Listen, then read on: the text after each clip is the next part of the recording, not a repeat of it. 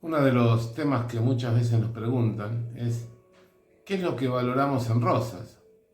Si durante muchos años fue considerado un tirano sangriento, un asesino, un hombre que solamente defendía sus intereses o sus intereses de clase, un hombre que subyugó a la Argentina. Y realmente es una mirada sesgada, una mirada parcial. Muchas veces no es historia, sino que es una novela en folletín, como lo definió una vez el creador del revisionismo Adolfo Saldías. Es cierto que hay distintas corrientes historiográficas. La historia se compone de dos partes, la heurística, que es la documentación, la fundamentación, y la hermenéutica, que es la interpretación que le damos los historiadores. Yo solamente, y en realidad es mucho, voy a destacar estos aspectos políticos que lo convierten a Rosas en el hombre más importante de la primera mitad del siglo XX, junto con San Martín, junto con Belgrano, con Güemes. Y junto con Roca, los dos grandes hombres del siglo XIX. Rosas fue quien logró la unidad nacional.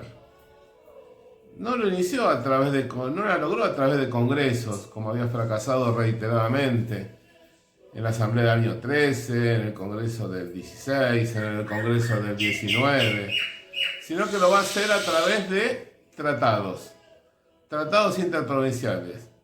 El más importante de todos es el que da origen a lo que hoy día es la Confederación Argentina. Fue el Pacto Federal, firmado en Santa Fe el 4 de enero de 1831, que da nacimiento y da origen a lo que es la Confederación Argentina, y evita algo que es fundamental, que fue la disgregación territorial. Argentina corría serio riesgo de convertirse en 14 republiquetas guerreando entre sí, y no se hace pura y exclusivamente por el accionar del restaurador. Obviamente que contó con colaboradores muy importantes, como Juan Facundo Quiroga, como Estanislao López, como Pedro Ferré en algunos aspectos, como su mano derecha o su escribiente, su hombre de confianza, Antonino Reyes. Ese pacto federal logra evitar la disgregación nacional. Otro aspecto importante es la defensa de la independencia económica, que comienza a realizarse a partir del año 1836 con la ley de aduanas, que fue la primera ley proteccionista que hubo en la Argentina. Convengamos que desde 1809, desde el tratado Apodaca-Canning, que los productos británicos ingresaban libremente al puerto de Buenos Aires. Es lo que tiene que cumplir Cisneros y lo que siguen el resto de los gobiernos. Con Rosas comienza ese proteccionismo. También es muy importante la defensa inclaudicable de la soberanía política. La soberanía política contra las dos grandes potencias, contra Gran Bretaña y contra Francia. Rosas jamás fue anti-británico. Rosas se hizo respetar a la Confederación Argentina frente a la nación más poderosa, que era Gran Bretaña, y también la segunda nación más importante del mundo, que era Francia. Esto va a determinar que en enero de 1844, cuando todavía no se había realizado ni siquiera la Guerra del Paraná, el más grande de los argentinos, don José de San Martín, redacta su testamento y lo parte en dos.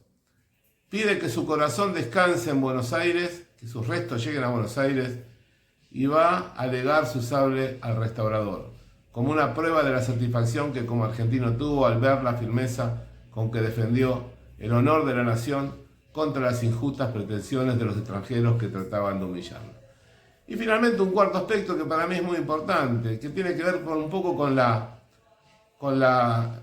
soberanía social, tiene que ver con lo social. El gobierno de Rosas, a pesar de ser tachado de tiranía, que nunca lo fue una dictadura plebiscitada a través del plebiscito de marzo de 1835. donde solamente 7 personas votaron en contra de la suma del poder al restaurador. Y estos poderes eran renovados cada 5 años, por lo tanto no hay que hablar de primero o segundo gobierno de Rosas como algunos dicen. Podríamos hablar del primero, del segundo, del tercero, del cuarto e inclusive del quinto gobierno de don Juan Manuel de Rosas. Rosas contó con el aval del pueblo, fue el protector de los indios, fue el primero en vacunarlos, fue el primero en iniciar una campaña no punitiva, fue el primero en incorporarlos a la civilización. En cada población que él fundaba o que él ordenaba fundar, como Junín, el Fuerte Federación, 25 de Mayo, Tapalqué, Fortaleza Protectora Argentina, que hoy se recuerda a Estomba, y Estomba solamente cumplía órdenes del comandante de campaña, quien había forjado lo que hoy día es Bahía Blanca, que se llamaba Fortaleza Protectora Argentina. Saladillo, la Defensa del Azul, el Fuerte Federación, Tandil, que existe exclusivamente por los esfuerzos de don Juan Manuel. Entonces era el protector de los indios, los gauchos lo adoraban porque él pregonaba con el ejemplo, y los afrodescendientes ni les digo. Hay un famoso cuadro acá en General San Martín, el antiguo Santos Lugares de Rosas, donde se muestra una manifestación de negras alabándolo, apoyándolo, con carteles en los cuales dice por la libertad, porque Rosas había prohibido el comercio negrero. En fin, son muchas cosas importantes en Rosas. Fue un hombre de su tiempo, con estas virtudes, pero con también errores, como él lo ha señalado. No hay hombre que no haya cometido errores. Y él se hizo cargo hasta de algunos temas en los cuales estuvo mancomunado con otras personas.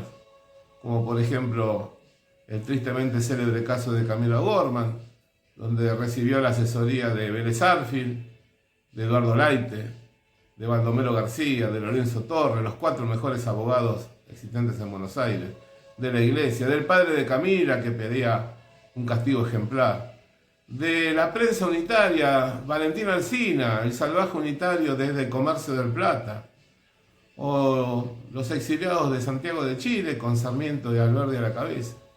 Todos querían un castigo ejemplar. La pobre Camila fue víctima de la época, no fue víctima exclusiva de Rosas. Rosas se hace cargo íntegramente de la situación, pero Camila fue víctima de su época. Creo que la mejor definición de lo que fue Rosas, un gran caudillo nacionalista conservador, fue la que señaló el maestro Pepe Rosa, a quien conocí siendo casi un adolescente y seguí, y es un hombre muy respetable, valorable, un hombre con todas las letras, aparte de un gigantesco historiador, a pesar de que hoy día doctores en historia que toman como fuentes a Rivera Indarte hablen mal de él, ¿no? Decía Pepe Rosa: don Juan Manuel desde niño rehuyó la ciudad para querenciarse en el campo. La existencia agreste le enseñó a formar sus conceptos e inducir sus propios raciocinios. Aprendió a pensar cuando los jóvenes de su edad se atiborraban de latines. Oyó narraciones magistrales en gauchos analfabetos y jugó con los indios batallas donde la astucia y la paciencia daban el triunfo. Don Juan Manuel comprendió la pampa, y comprender es amar. Espero que haya servido al menos para una reflexión. Gracias.